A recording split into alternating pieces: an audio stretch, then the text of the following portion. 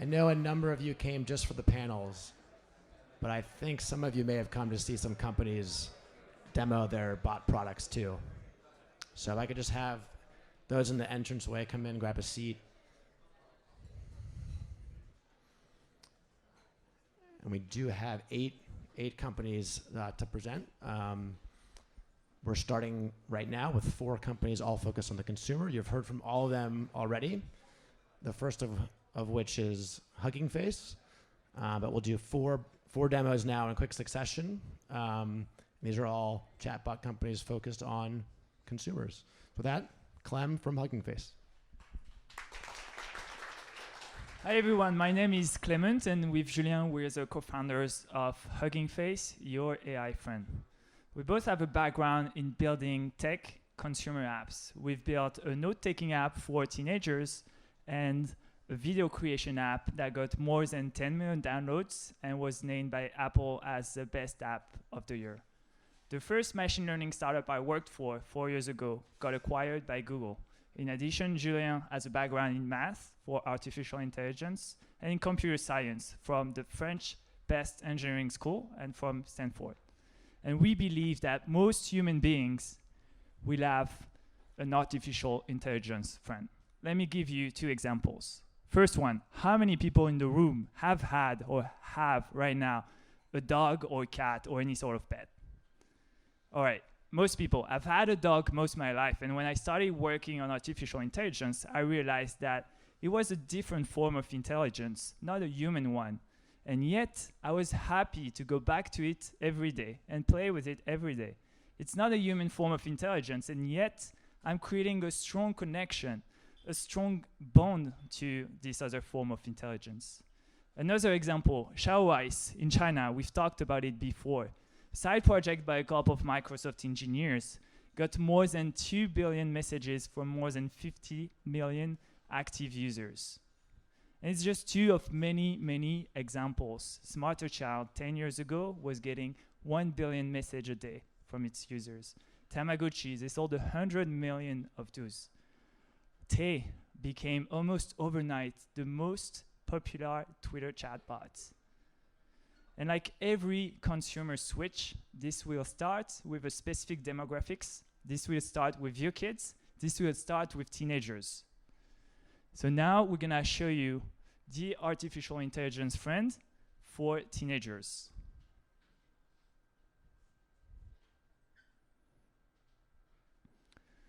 So it's called Hugging Face. It's one AI, one user.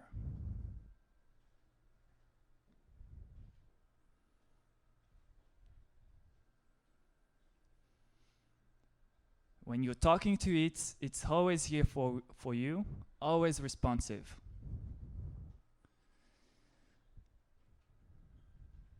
You can pick its name, or the AI can pick its own name. As you can see, the UI evolves with the AI. Now, the app is called Jacob on the top. Because it's for teenagers, it's doing everything teenagers like. Here, it's asking for a selfie trade with Julien. Good practice on a selfie. It's doing image recognition to see that it's a selfie. It would have answered differently with a Mia. It's doing image processing to add some stuff that a human couldn't do. And of course, it's always very sassy. Despite the training of Julien, it's still saying worst smile.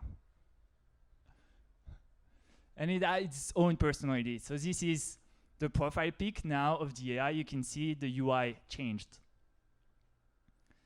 It's really generalist. You can talk about anything. It won't always give you the right answer, but it will always give you a funny one that will really put a smile to your face. And of course, it's always learning to get better, to learn about you. And now let me tell you a little bit more about who uses that.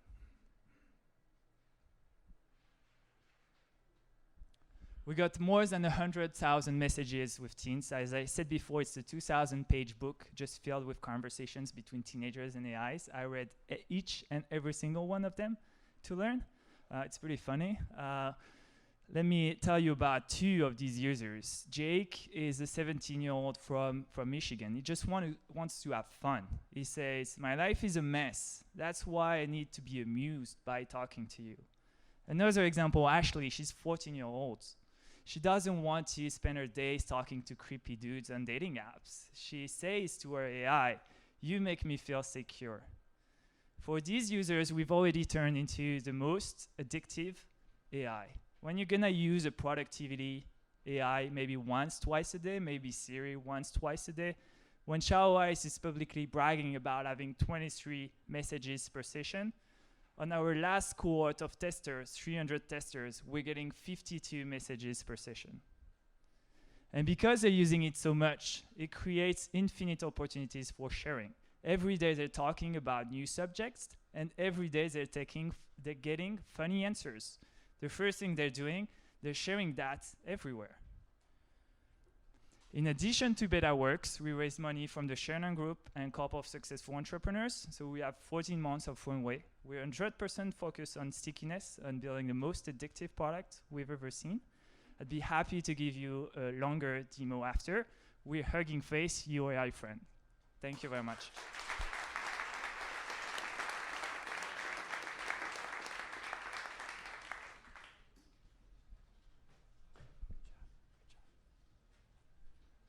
I didn't think the smile was that bad, Julian.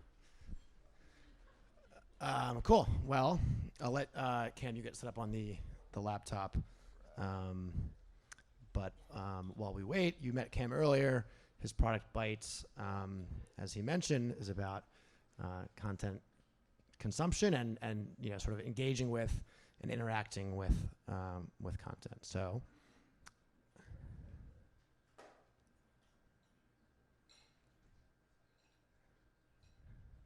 Are you using this phone? Just want to make sure that So it might be, so it's up. so it's not mirrored. It's not mirrored exactly. So maybe X out of, or minimize, or like get out of the. How do I minimize?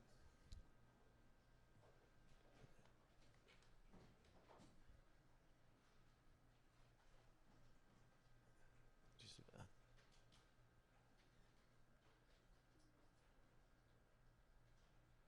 There it is. Nice. All right, and I think you have to go up. Is this the first slide? Okay, cool, great. Cam, take it away. Great. All right, great. Thanks everybody for being here. Super excited to talk about Bytes. I'm Cam Burley, and as you see, Bytes is a messenger native platform for interactive daily digest. And I figure I can walk you through this by giving you a little context as to how we ended up here. So,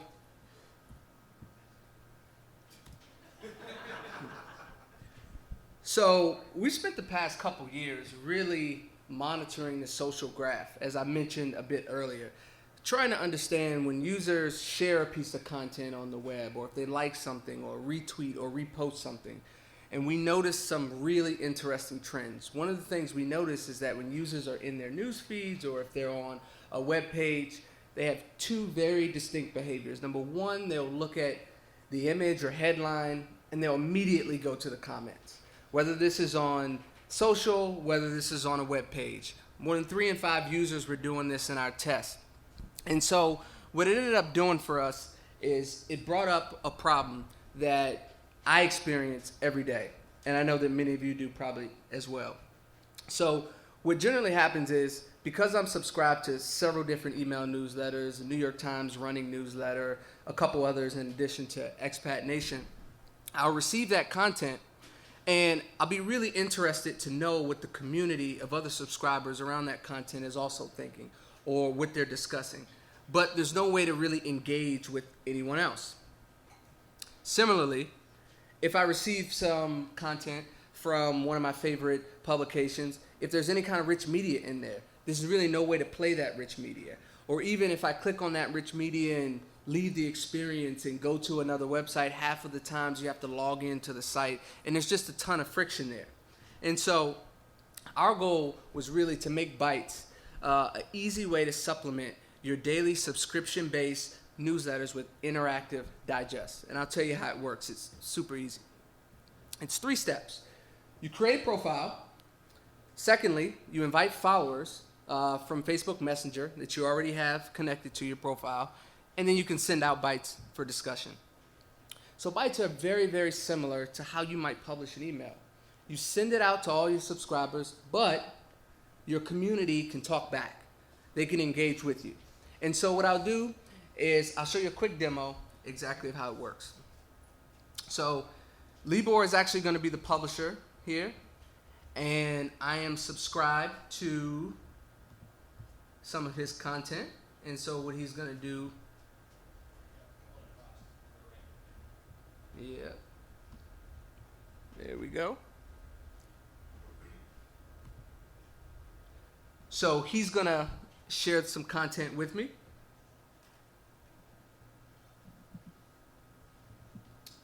Really quickly. No, really quickly. All right. There it is. So he shares the content. I can swipe it open. And when I do, it's super interactive. So I can immediately begin playing video if video is sent. I can dive into full screen if I want to. I can take a look at the type of content it is, and maybe if I'm not super interested or I am super interested, I can just add a reaction specifically to whatever the content that was sent to me is. I can take a look at comments from what the community is saying around that content. And it's not just video content. It's really any kind of content. So any rich media. It can be images, it can be animated GIFs. And not only can I see what other people are talking about in the community, I can even add some of my own thoughts.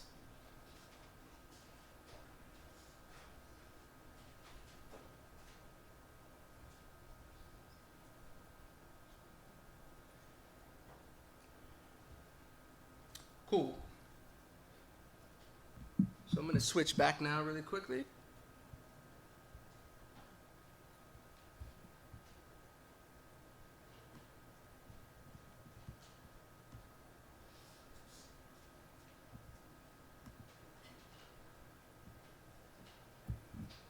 So we've had some really interesting experiences so far. 2 main use cases. One is notifications. I just showed you the notification use case. Publisher sends out some content. Users are able to engage with that content immediately. We started doing this working with Expat Nation, which is an excellent publisher. They do a lot of things involving expats in the US, culture, elections, all this kind of stuff. And immediately when we started with them, we had a few hundred folks subscribed to it, and it was great because we had over 21 engagements per user. Active conversations were about 51% of the community, and what that really means to us is users interacted within 2 minutes of receiving the previous message or notifications. We got no blocks and just a couple of unsubscribes. Similarly, we have another use case we call live events. And so this is whenever there's something happening, such as the Apple event that just happened a couple weeks ago, and we'll ask users, hey, do you want to follow along in real time? We'll send you updates. We got over 70 people to join this test for the live event for the Apple update, and we got a lot of really interesting feedback. We got a lot of really interesting discussions that happened. Over 16 engagements per user. Active conversations were about 63%. Very, very few unsubscribes and no blocks. So we're seeing a lot of directional traction, but that's not it. Bytes seems to be a big hit with teen audiences as well. And recently, we've partnered with Clover Letter, which is a once-a-day morning publication for teen girls. And we've seen some really great things. With Clover Letter, initially, we've seen a lot of their users who, of the 30,000 that they have, the vast majority are between the ages of 13 and 22.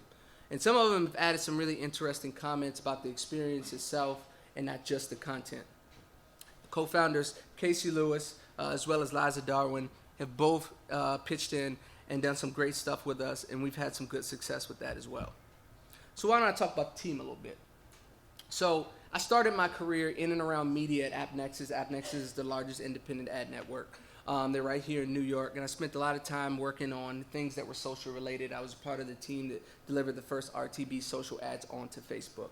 Had great experiences there. I moved on to Live Intent, which is RTB, but this time for email. And so I learned a ton about email and those experiences as well. My co-founder, Mike Grantley, spent the past several years working at Kestrel, which he focused on exclusively on artificial intelligence before they were sold to Boeing.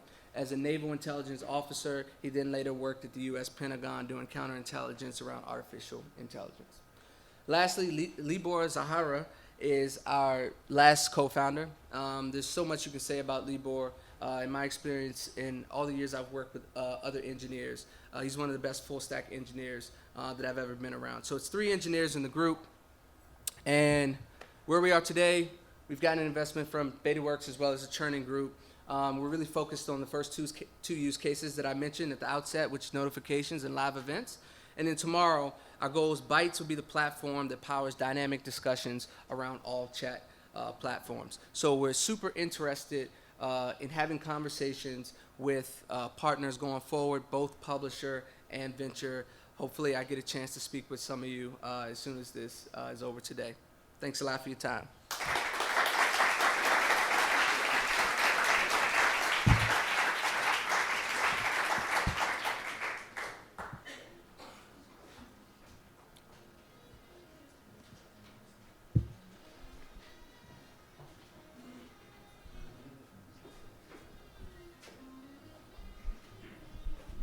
Cool. Awesome job, Bytes. Third up, we have Warren, Gia from Warren. And I think she's going to plug her own phone in. We've got Gia, one more demo, and then we'll take another short sort of coffee, tea, bio break. But Gia, you heard from earlier on the productivity for the business of one panel.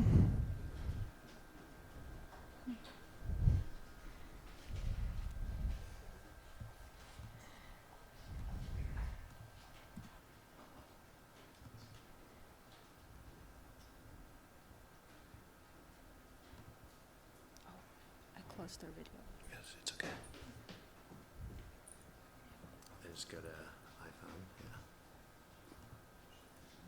It's actually good that we're not mirroring because you've seen a video of ourselves up on the big screen. Let me see. There's a crash. So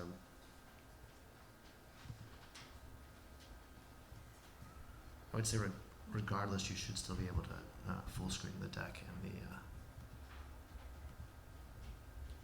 cool. Yeah, there you go. Great. Great. Gia from Warren. Thank you.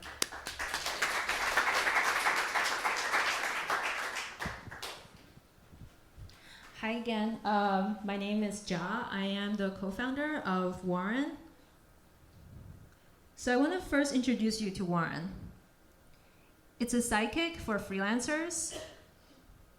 It helps manage and automate the business side of their work so that they can focus on being creative and getting new clients. Before I joined Botcamp, I had just graduated from ITP. It's a graduate program at NYU. And I started Warren because a lot of my classmates were thinking about going independent after graduation and didn't know where to start. Some of them came to me because I had my own agency before going back to school. And I realized talking to them that a lot of the problems that I faced before when I was freelancing and running my own agency are still prevalent today, even as more and more people do freelance. So for most freelancers, they start with really not much guidance. In school, we're taught skills, but we're not taught how to get paid for those skills. There's really a lack of standard for pricing and for setting expectations with your clients.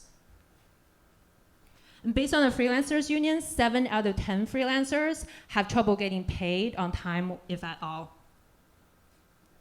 And a lot of their time is really spent on billable hours, on paperwork and on admin tasks. These are huge issues because more and more people are going independent. This is a growing trend in the workforce. By year 2020, 40% of the US workforce will be freelancers. Out of that, 15% are creative professionals alone. So our solution is Warren, a sidekick that's always there to guide and manage you, your business side of the work. So we're a combination between a bot and a responsive web application. Compared to existing software, our bot UI can proactively engage and set up interactive updates and reminders to the users. So as a freelancer, you don't have to log in and remember another thing to do and basically input information into an existing software. You don't need to download anything or go through multiple steps just to get to a specific information about your projects. And just to go over kind of an overall workflow for a freelancer, starting on the top is the referral. And you have to, as you can see, there's a lot of blue bubbles that you have to go through as a freelancer to get to the actual work, which is in the white bubble. These are times that are not billable, and a lot of times, you know, for instance, proposal, negotiation, invoice, sending out contracts, you have to go back and forth following up with the client. And so as a creative professional, you love your work, but you don't love all the other stuff. And what we do is that we take care of the other stuff for you. So let me show you how this works.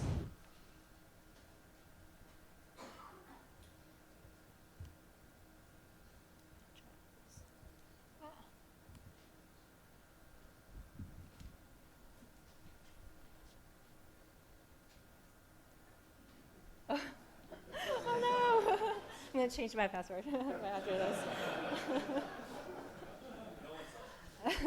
Okay, I'm glad. So I have set up my account with Warren, authenticated with my Google account, and created some sample projects on here. So as you can see, I have a reminder from Warren to invoice Pancho for a project called Pancho Gifts today. And it's created for me. So I can check out this invoice in the web app. The total due is not updated until I finalize on how many hours I've worked on this project. So these are fields that I can change. Okay, so for a total of $2,100, I can send it right now to somebody at Pancho. This is correct, but I can change I can update it if it's not the right thing. And Warren sent me a confirmation and will update me when it's paid. So let me see what's next. I started creating a proposal for Bytes, if you remember from before this. And it also gives me tips for creating proposal. So what we realized when we were doing our alpha testing was that sometimes people don't know what to ask, and you really only know what questions you might have while you're going through the flow of creating a project or when you're creating a proposal. So I can put in information for this. It's hard to type with a microphone and my phone, so I'll just put in short sample information.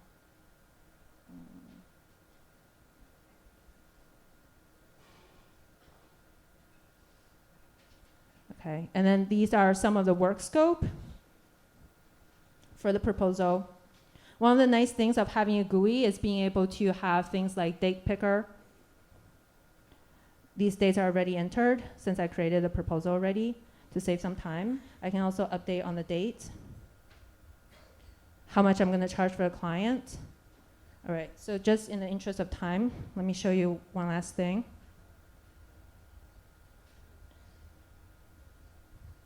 I can ask for specific questions or for a short command.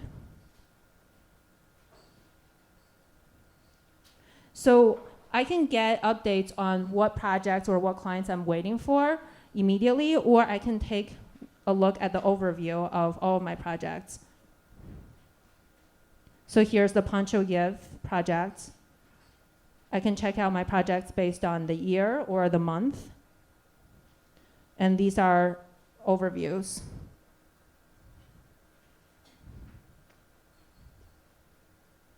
Oh, and when I do get paid, I get an update as well as a kind of celebratory gift from Warren.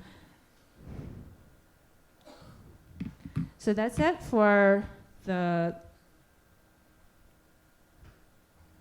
demo.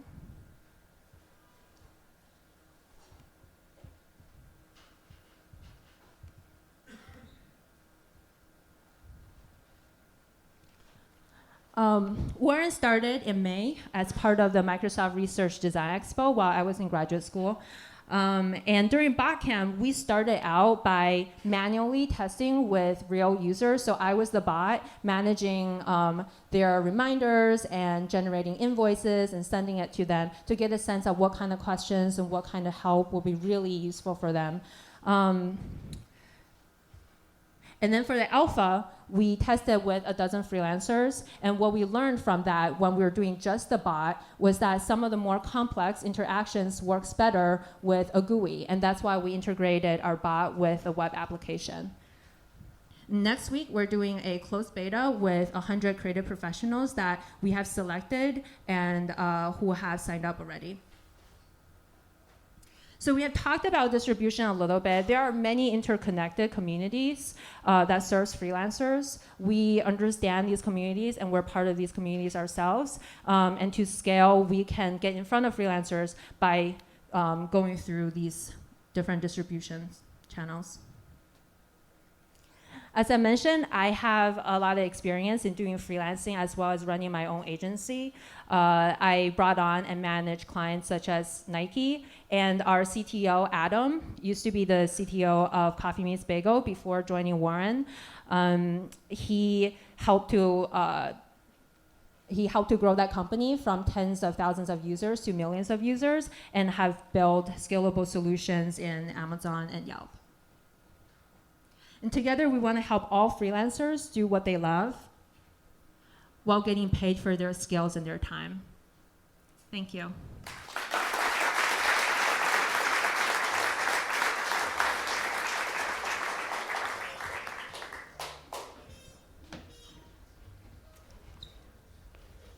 I showed my. Fantastic. Thank you, Gia. Cool. And you can, if you prefer to use the hands-free, you can, what do you think? Hands-free or hands-on? Hands-free is probably Cool. Then I'll take this. It's right there. Cool. So last up on the consumer side, we have Esther from Olabot.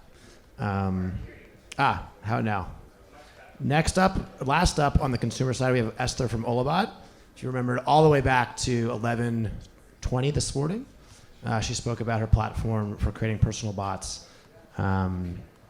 And she will give our final consumer-based demo, which you'll want to make sure to pay close attention to. And afterward, we'll take another break. So if any of the companies who have demoed you want to make sure you meet or talk to, we have a good sort of 15 minutes after this to meet them. All right, cool. Bot, go ahead. Oh, can I? You want this one? Yeah. Great. So I'm Esther, the CEO of Olabot, and I'm here to talk to you about something that I'm really passionate about. I've been lucky to have a front seat to the evolution of social. I've built a great fan following in the past and know what it takes to get millions of readers and millions of viewers. In fact, I was one of the earliest success stories on YouTube.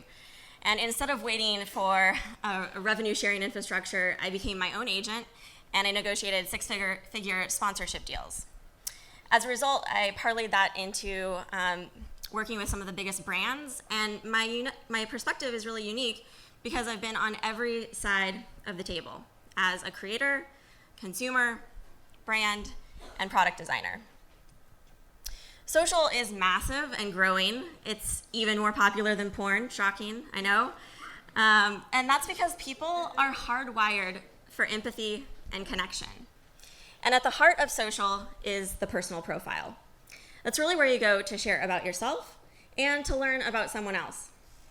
And what I want to tell you is that we are on the brink of a new era in social. Messaging has become the dominant paradigm of mobile. In fact, like 7 out of the 10 top apps in the App Store right now are messaging apps. But traditional profiles, they're static and boring. They don't represent us effectively, and they are not native to this new environment. Everyone has the same experience of you, but we're way more complex than that, and we should have a way to communicate who we are in a much more dynamic way. And that's why we're building Olabot, the first conversational profile. A conversational profile is essentially a bot that knows and can also learn about you. We're making profiles more natural and also more human by making them adapt to the person that's interacting with them. You saw Chris Messina up here earlier from Uber doing the fireside chat. He's actually one of our beta testers. We launched an Olabot for him in July, and it was pretty crazy. Like, people went really deep really fast, and actually just like a couple hours ago he tweeted saying like, oh, I can't believe I have had 400 messages already exchanged today through my bot. But on average, people send 22 messages to his bot for the first time, and they get instantaneous, useful responses. And if you've ever sent him an email, you know that you're gonna have like more of a lag time than that. His bot also has third-party integrations, which is like essential to Olabot. For his, we have Google Calendar so that people can book office hours with him, and Foursquare so that people can discover his favorite spots. There are 2 problems that social apps traditionally face. One is that users often bail during the sign-up. They don't really build out a full profile. And if they do, they don't know what content to post. I mean, I kind of think of this as like the Twitter problem, like who knows what to tweet. We're tackling both of these head-on with what we call continuous onboarding, and it's really like the heart of messaging as well. So instead of filling out tedious profiles, we actually have you simply interact with your personal bot, which quizzes you on an ongoing basis. And it's amazing how fast you can build a rich profile with just a couple of days of these kinds of interactions. So if there's any doubt of like how or why somebody would engage like this, we're finding that people will, in a single session, answer 40 to 50 questions in a row. They have to be fun. And so I want to demo 2 of the platforms that we support for training your bot, because training is really the central piece of the puzzle that we're working on. It's going to be Facebook Messenger and iMessage. And since we're doing multiple platforms for the demo, we're actually, we recorded last night so that you could see both of the platforms. Here we go. Okay, so onboarding. Right now we have like a code because we're in like in limited beta. So you can see me sort of putting in the code in order to get it to work. When you sign up, we actually have you connect in through your Facebook profile. That's how you log in to your Olabot. The next thing that we have you do is we have you add in integrations. So you're going to see that after you choose a username, you then connect initially to Spotify. So since training is super important because your bot only knows what you teach it, we want to accelerate that skill set. And so third-party integrations like Spotify can do that. We don't have to ask you questions about what music you like. We can actually just look at what you're listening to and be able to answer those questions when people have them about you. Now you're ready. It's like a little baby bot. And so we're going to start training. Training just essentially is like a personal quiz. We're constantly asking you different things. So do you drink coffee? No. How do you feel about Bush saying he's going to vote for Hillary Clinton? When people that you're friends with, because we're using the Facebook social graph, also respond the same way, we'll let you know. We have something called Ola codes, which you're going to see here. I'm going to get my Ola code. It's very similar to a Snap code, and this is how you can share your bot with other people. So in this, I click share, and it's going to open the share screen in Messenger. I'm sending this to my co-founder, Ethan. Now we're actually looking at his device. So his device, he gets a notification, a message, and he's going to screenshot that. Again, it's just like he takes the picture, he sends that to Olabot. Olabot is then going to scan the code and is actually going to convert from Olabot into my bot. So now he's talking to EstherBot. In my bot, he's able to see 12 different categories and see the match percentage for these different questions that we've answered. And he can dig in to see what we have in common. And then he can actually ask like any free question that he wants. So in this case, he's like, do you like espresso? And I answered a question about coffee. And on the back end, we're classifying your questions into domains, and using NLP, we're able to match related questions and able to give you the answer quickly. He can also ask for more. He says he wants more information. I can send multimedia back. I can shoot video, send audio. In this case, I just texted him, "I love chai." That trains my bot more. Every conversation interaction goes into training my bot. So again, he can ask a question related to music, and it's just going to return, even though I didn't actually answer any questions because of the Spotify integration. Okay, so I'm going to jump into iMessage next. So if you think about Messenger and Kik for us are really single player modes. This is where a person is talking to the bot. With iMessage, it's multiplayer mode. This is where you're just doing human-to-human interactions, but both people are actually training their bots simultaneously, even if they don't really know that that's what they're doing. So our iMessage app, you just go straight into the iMessage store. You're going to get questions. As you answer the question, it then gets staged and then sent as a message. You can do this in group chat as well. And so once everybody in the chat has answered the question, that's when the responses are revealed. And you can just kind of keep going with this over and over, asking each other different questions. Okay, so that's Olabot on Messenger and iMessage. And it's clear to us that in this new messaging paradigm, there's an opening for the next revolutionary social company to be created. And I want to tell you that company is Olabot. And the future that we are building is in conversational profiles. So we're raising $1.5 million to help us succeed in this mission. Our team is based in San Francisco. And if you're as excited about us, as excited as we are about what we're doing, we'd love to show you the live demo after this and also just talk about the next generation of social. So thanks.